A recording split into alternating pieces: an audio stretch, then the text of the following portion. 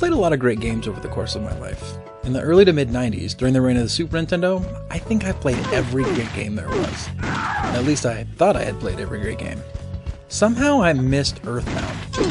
Not only had I not played it, but I hadn't even heard of it. I missed out because, well, I was preoccupied with other games. Dark Incursion is a game that is threatening to suffer the exact same affliction. Despite being a solid title, it has thus far been treated as fringe, and this is a game that's definitely worthy of your time. Dark Incursion, developed by Big Blue Bubble, is a platform adventure game described as a Metroid Castlevania type game. You play as a female hero, Anya, that is fighting to control a biological weapon which is threatening to be released. Along the way, a conspiracy is unraveled, making Anya question just whose side she's on. The gameplay is similar to other 2D side-scrollers. The interesting mechanic with this game is the weapon system. Anya is given her gun, a sword, and weapon augments, which are called fuses. You're able to equip various fuses that are dropped by enemies throughout the map to create various weapon effects such as augmented damage, lightning, frost, or speed boosts. One of the interesting decisions that was made with Dark Incursion is that these fuses do run out after so much use. That would be fine, but some of the stage elements actually require the fuses to be used.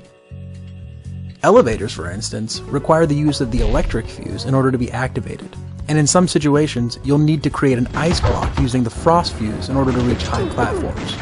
Overall, the system is far from broken, but if presented with a situation where you need a certain fuse and you're out, a little frustration will set in knowing you have to go out and find more of that augment. The music for Dark Incursion is accurate, but homogeneous. Unfortunately, the music is limited to only a couple tracks. Those couple tracks, however, are great. They fit the espionage steampunk styling in the game with accuracy.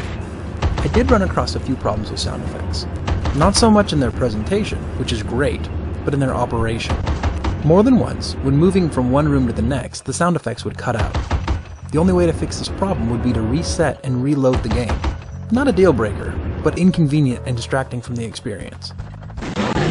The graphics are a throwback to a time when Nintendo was nearly unchallenged as the game console champion. Similar to Castlevania from the NES, but with a little more polish, the graphics are somewhat pixelated. Nostalgic players like me will easily understand what Big Blue Bubble is trying to accomplish, and they'll appreciate the homage.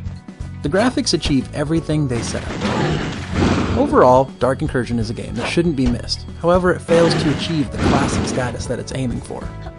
The game will take a few hours to complete, and does end somewhat abruptly. I'm optimistic for the game, as many of the issues Dark Incursion suffers appear to be fixable with future updates. PixelFreak.com is giving Dark Incursion 84 pixels out of 100.